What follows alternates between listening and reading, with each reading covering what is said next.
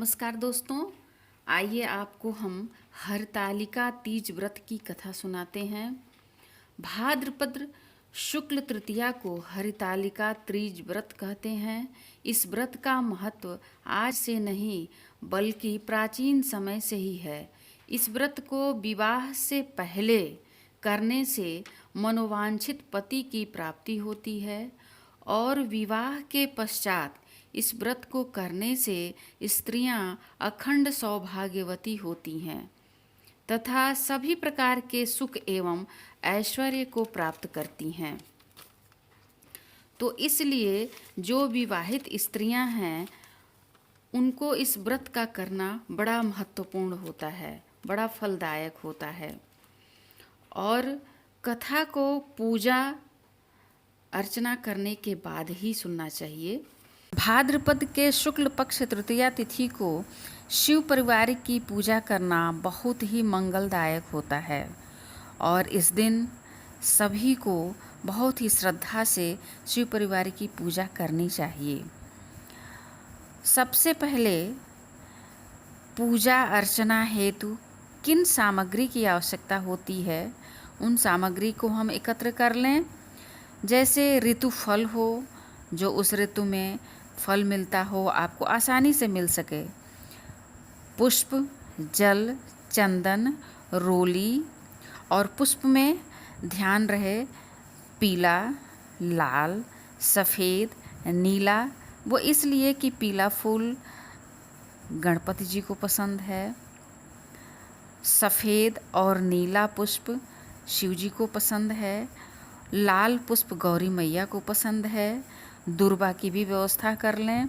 चंदन है, रोली, अगरबत्ती, अक्षत, जल, खास करके शिव जी के लिए खीरा अवश्य चढ़ाएं, भांग, धतूरा, बेलपत्र और गौरी मैया के श्रृंगार हेतु श्रृंगार का पूरा सामान जितना आपसे संभव हो सके श्रद्धा से आप इकट्ठा कर सकें। सिंदूर, चूड़ी, बिंदी, आलता, वस्त्र, मेहंदी, ये सारे चीज़ों को आप माता जी को चढ़ाएं और पुनः आशीर्वाद के रूप में खुद उसको आप अपने पहने या प्रसाद के रूप में बाटें। इसके बाद जो है आप कथा सुने और कथा सुनने के पश्चात अपने से बड़ों का आशीर्वाद अवश्य लें। आइए कथा को प्रारंभ करते हैं। सूत जी कहते हैं कि मंदार की माला से जिन पार्वती जी का केश पाश अलंकृत है और मुंडों की माला से जिन शिव जी की जटा अलंकृत है, जो पार्वती जी दिव्य वस्त्र धारण की हैं और जो शिव जी दिगंबर नंगे हैं, ऐसे श्री पार्वती जी तथा शिव जी को प्रणाम करता हूँ।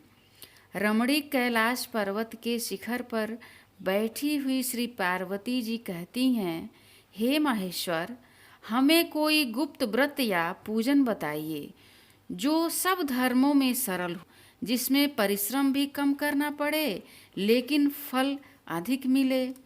हे नाथ, यदि आप मुझ पर प्रसन्न हो तो यह विधान बताइए। हे प्रभु, किस तप, व्रत या दान से आदि मध्य और अंत रहित आप जैसे महाप्रभु हमको प्राप्त हुए हैं? शिव जी बोले, हे देवी सुनो, मैं आपको एक व्रत जो मेरा सर्वस्व और छिपाने योग्य है लेकिन आपको प्रेम से वशीभूत होकर मैं बतलाता हूँ। जैसे नक्षत्रों में चंद्रमा, ग्रहों में सूर्य, वर्णों में ब्राह्मण, देवताओं में विष्णु भगवान, नदियों में गंगा, पुराणों में महाभारत, वेदों में सामवेद और इंद्रियों में मन श्रेष्ठ है, सब पुराण और वेदों का सर्वस्व जिस तरह कहा गया है, मैं तुम्हें एक प्राचीन व्रत बतलाता हूँ। एकाग्र मन से सुनो। जिस व्रत के प्रभाव से तुमने मेरा आधा आसन प्राप्त किया है वह मैं तुमको बतलाऊंगा, क्योंकि तुम मेरी प्रेयसी हो। भाद्रपद मास में हस्त नक्षत्र से युक्त शुक्ला तृतीया तिथि को उसका अनुष्ठान मात्र करने से स्त्रियां सब पापों से मुक्त हो जाती हैं। हे देवी, तुमने आज से बहुत दिनों पहले हिमालय पर्वत पर इस व्रत को किया था। यह वृत्तांत मैं तुमसे कहूँगा। पार्वती ने पूछा, हे नाथ, मैंने क्यों यह व्रत किया था? यह सब आपके मुख से सुनना चाहती हूँ। शिवजी कहते हैं कि भारतवर्ष के उत्तर की ओर एक बड़ा रमणीक और पर्वतों में श्रेष्ठ हिमवान नामक पर्वत है। उसके आसपास तरह तरह की भूमियाँ हैं, तरह तरह के वृक्ष उस पर लगे हुए हैं, नाना प्रकार के पक्षी और अनेक प्रकार के पशु उस पर निवास करते हैं। वहाँ पहुंचकर गंधर्वों के साथ बहुत से देवता, सिद्धचारण, पक्षीगण सर्वदा प्रसन्न मन से विचरते हैं। वहाँ पहुंचकर गंधर्व गाते हैं, अप्सराएं नाचती हैं। उस पर्वतराज के कितने ही शिखर ऐसे हैं जिनके स्फटिक रत्न और वैदूर्य मणि आदि के खाने भरी हैं। यह पर्वत ऊंचा तो इतना अधिक है कि मित्र के घर की तरह समझकर आकाश का स्पर्श किए रहता है। उसके समस्त शिखर सदैव हिम से आच्छादित रहते हैं और गंगा जल की ध्वनि सदा सुनाई देती रहती है। हे पार्वती, तुमने बाल्यकाल में उसी पर्वत पर तपस्या की थी। 12 वर्ष तक तुम उल्टी टंग कर केवल धुआं पीकर रही। 64 वर्ष तक सूखे पत्ते खाकर रही। माघ मास में तुम जल में बैठी रहती और वैशाख की दोपहरिया में पंचाग्नि तापती थी। श्रावण के महीने में जल बरसता तो तुम भूखी प्यासी रहकर मैदान में बैठी रहती थी। तुम्हारे पिता इस तरह के कष्ट सहन को देखकर बड़ी दुखी हुए। वे चिंता में पड़ गए कि मैं अपनी कन्या किसको दूं। उसी समय नारद जी वहां आ पहुँचे। मुनि श्रेष्ठ नारद जी उस समय तुम्हें देखने को गए थे। नारद को देखकर गिरि ने अर्घ्य, पाद्य, आसन आदि देकर उनकी पूजा की और कहा, हे स्वामिन, आप किस लिए आए हैं? मेरा अहोभाग्य, आपका आगमन मेरे लिए अच्छा है। नारद जी ने कहा, हे पर्वतराज, सुनो, मैं विष्णु भगवान का भेजा हुआ आपके पास आया हूँ। आपको चाहिए कि यह कन्या रत्न किसी योग्य वर को दें। भगवान विष्णु के समान योग्य वर ब्रह्मा, इंद्र और शिव, इनमें से कोई नहीं है। इसलिए मैं यही कहूँगा कि आप अपनी कन्या भगवान विष्णु को ही देवें। हिमवान ने कहा, भगवान विष्णु स्वयं मेरी कन्या ले रहे हैं और आप यह संदेश लेकर आए हैं तो मैं उन्हें अपनी कन्या दूंगा। हिमवान की इतनी बात सुनकर मुनिराज नारद आकाश में विलीन हो गए। वे पीताम्बर, शंख, चक्र और गदाधारी भगवान विष्णु के पास पहुँचे। वहाँ हाथ जोड़कर नारद जी ने भगवान विष्णु से कहा, हे देव, सुनिए, मैंने आपका विवाह पक्का कर दिया। उधर हिमवान ने पार्वती के पास जाकर कहा कि हे पुत्री, मैंने तुम्हें भगवान विष्णु को दे डाली। तब पिता की बात सुनकर तुम बिना उत्तर दिए ही अपनी सखी के घर चली गई। वहीं जमीन पर पड़कर तुम बड़ी दुखी होती हुई विलाप करने लगी। तुमको इस तरह विलाप करते देख एक सखी ने पास आकर कहा, देवी, तुम क्यों इतनी दुखी हो? इसका कारण बताओ।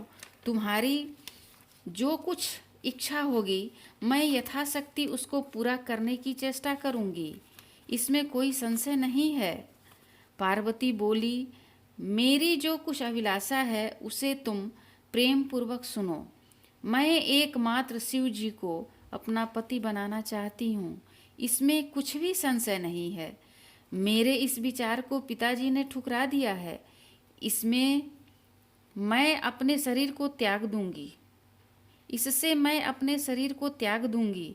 पार्वती की इस बात को सुनकर सखियों ने कहा कि शरीर का त्याग न कर चलो किसी ऐसे वन को चलें जहाँ पिता को पता न लगे। ऐसी सलाह कर तुम वैसे वन में जा पहुँची। उधर पिता घर घर तुम्हें खोजने लगे, दूतों द्वारा भी खबर लेने लगे कि कौन देवता या किन्नर मेरी पुत्री को हर ले गया है। उन्होंने मन ही मन कहा, मैं नारद जी के आगे प्रतिज्ञा कर चुका हूँ कि अपनी पुत्री भगवान विष्णु को दूंगा। ऐसा सोचते सोचते हिमवान मूर्छित हो गए। गिरिराज को मूर्छित देखकर सब लोग हाहाकार करते दौड़ पड़े। जब होश हुआ तो सब पूछने लगे कि गिरिराज, आप अपनी मूर्छा का कारण बताइए। हिमवान ने कहा, आप लोग मेरे दुख का कारण सुने। न मालूम कौन मेरी कन्या को हर ले गया है। ऐसा नहीं हुआ तो उसी किसी काले सांप ने काट लिया या सिंह खा गए होंगे। हाय हाय, मेरी बेटी कहाँ गई? किसी दुष्ट ने मेरी पुत्री को मार डाला। ऐसा कह वे वायु के झोंके से कांपते हुए वृक्ष के समान कांपने लगे। इसके बाद हिमवान तुम्हें वन वन खोजने लगे। वह वन भी सिंह, भालू, हिंसक जंतुओं से बड़ा भयानक हो रहा था। तुम भी अपनी सखियों के साथ भयानक वन में चलती चलती एक ऐसे जगह जा पहुंची जहां एक नदी बह रही थी। उसके रमणीय तट पर एक बड़ी सी कंदरा थी। तुमने उसी कंदरा में आश्रम बना लिया और मेरी एक बालुकामयी प्रतिमा बनाकर अपनी सखियों के साथ निराहार रहकर मेरी आराधना करने लगी। जब भाद्रपद शुक्ल पक्ष की हस्तयुक्त तृतीया तिथि प्राप्त हुई, तब तुमने मेरा विधिवत पूजन किया और रात भर जागकर गीत वाद्यादि से मुझे प्रसन्न करने में बिताया। उस व्रत राज के प्रभाव से मेरा आसन डगमगा उठा, जिसे मैं तत्काल उस स्थान पर जा पहुंचा जहां पर तुम अपनी सखियों के साथ रहती थी। वहां पहुंचकर मैंने तुमसे कहा, मैं तुम पर प्रसन्न हूँ, बोलो क्या चाहती हो? तुमने कहा, मेरे देवता, यदि आप मेरे ऊपर प्रसन्न हैं तो मेरे पति बने। मेरे तथास्तु कहकर कैलाश पर्वत पर वापस आने पर तुमने वह प्रतिमा नदी में प्रवाहित कर दी और सखियों के साथ उस महाव्रत का पारण किया। हिमवान भी तब तक उस वन में तुम्हें खोजते आ पहुँचे। चारों दिशाओं में तुम्हारी खोज करते करते वे व्याकुल हो चुके थे, इसलिए तुम्हारे आश्रम के समीप पहुँचते ही गिर पड़े। थोड़ी देर बाद उन्हें नदी के तट पे 2 कन्याएं दिखीं। देखते ही उन्होंने तुम्हें छाती से लगा लिया और बिलख कर रोने लगे। फिर पूछा, पुत्री, तुम सिंह, व्याघ्र आदि जंतुओं से भरे इस वन में क्यों आ पहुंची? पार्वती ने उत्तर दिया, हे पिताजी, मैंने पहले ही अपने आप को शिव जी के हाथों सौंप दिया था। आपने मेरी बात टाल दी, इससे मैं यहाँ चली आई। हिमवान ने सांत्वना दिया कि हे पुत्री, मैं तुम्हारी इच्छा के विरुद्ध कुछ न करूँगा। तुम्हें अपने साथ लेकर घर आए और मेरे साथ तुम्हारा विवाह कर दिए। इसी से तुमने मेरा अर्धासन पाया है। तब से आज तक किसी के सामने मुझे यह व्रत प्रकट करने का अवसर नहीं प्राप्त हुआ। हे देवी, मैं यह बताता हूँ कि इस व्रत का हरितालिका नाम क्यों पड़ा। तुमको सखियाँ हर ले गई थीं, इसी से हरितालिका नाम पड़ा। इस पर पार्वती जी ने कहा, हे प्रभु, आपने नाम तो बताया, अब विधि भी बताएं। इसका क्या पुण्य है, क्या फल है और यह व्रत कौन करे?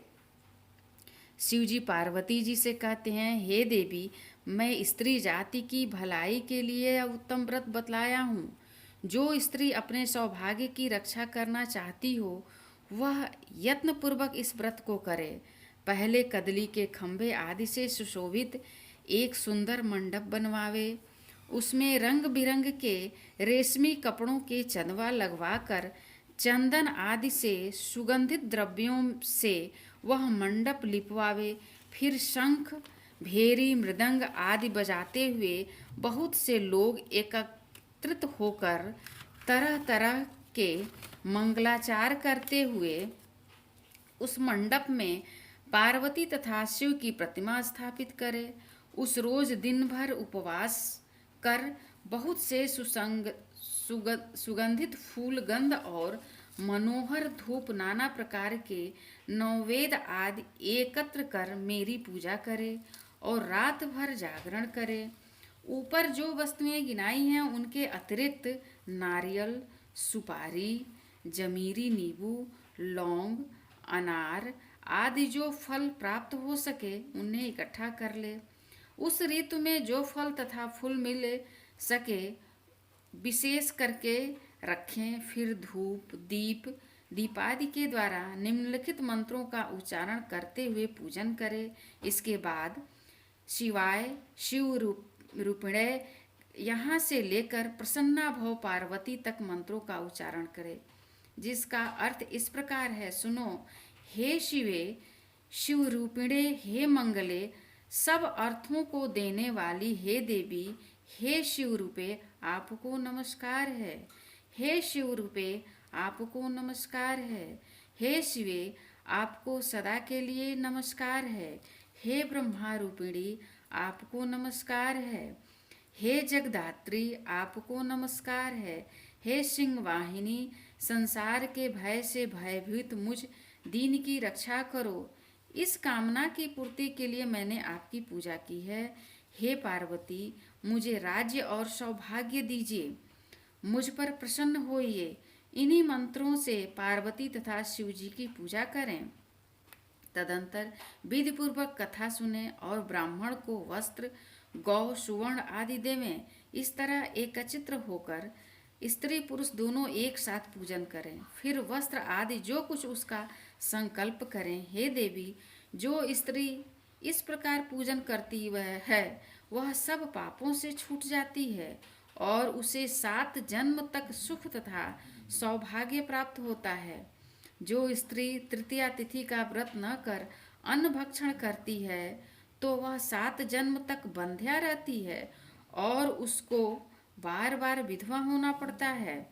वह सदा दरिद्री, पुत्र शोक से शोकाकुल, स्वभाव की लड़ाकी, सदा दुख भोगने वाली होती है और उपवास न करने वाली स्त्री अंत में घोर नरक में जाती है।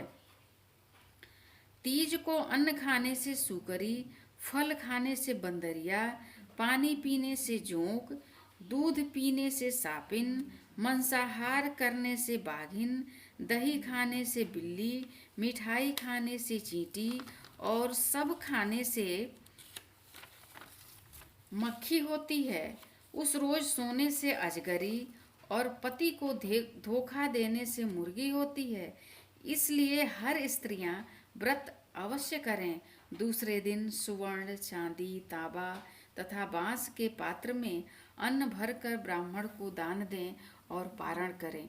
जो स्त्री इस प्रकार व्रत करती है वह मेरे समान पति पाती है और जब वह मरने लगती है तो तुम्हारे समान उसका रूप हो जाता है।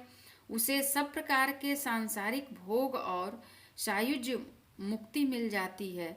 इस तरह हरितालिका तीज व्रत की कथा मात्र सुन लेने से प्राणी को 1000 अश्वमेघ और सैकड़ों वाजपेय यज्ञ करने का फल प्राप्त होता है। देवी, मैंने यह सब व्रतों में उत्तम व्रत बतलाया जिसके करने से प्राणी सब पापों से छूट जाता है। इसमें कोई संशय नहीं। ओम नमः शिवाय।